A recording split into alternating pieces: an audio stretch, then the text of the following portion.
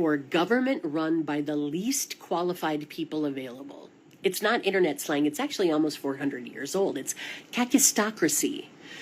That's a government by the worst people. It comes from the Greek kakistos, the superlative of kakos, meaning bad. So literally, rule by the worst. And then you end it with C-R-A-C-Y, crazy, rule or government. Merriam-Webster and the Oxford English Dictionary both trace that word back to the 1600s. An English poet named it in print in 1636. This is not a word that somebody invented in a Facebook group. Now, here's the mix-up that's worth clearing up, because many people asked variations of the same question after I talked about oligarchy. Kakistocracy, kleptocracy, and plutocracy and oligarchy are not synonyms, and they're not automatically the same government wearing different outfits. Oligarchy is about who holds power, a small group, regardless of how they got it. Plutocracy is specifically power bought with wealth.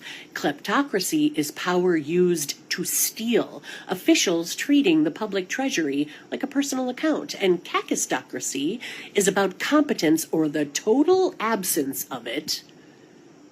See where I'm going here? The worst, least capable people ending up in charge, whether or not they're also rich or thieving. Do any of these require elections to exist? No. All four are structural descriptions of who actually holds power and how they got it or how they use it. They can show up inside of a democracy, a monarchy, or a dictatorship. A country can hold elections and still be functionally oligarchic if the same donor class bankrolls every viable candidate. That's the plutocracy point from the capitalism video.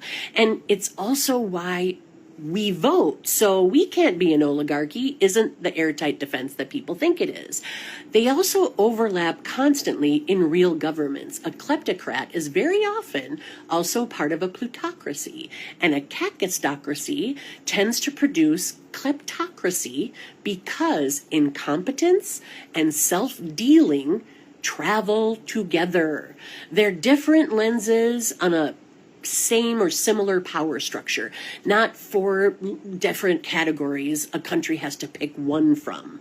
And judging who counts as the worst is genuinely contested and depends on your values. That's not a cop-out. That's just true. So I'm not going to hand you a scorecard. What I can hand you is the vocabulary to have that argument precisely instead of just yelling the same four words at each other. Because, I'm here for you.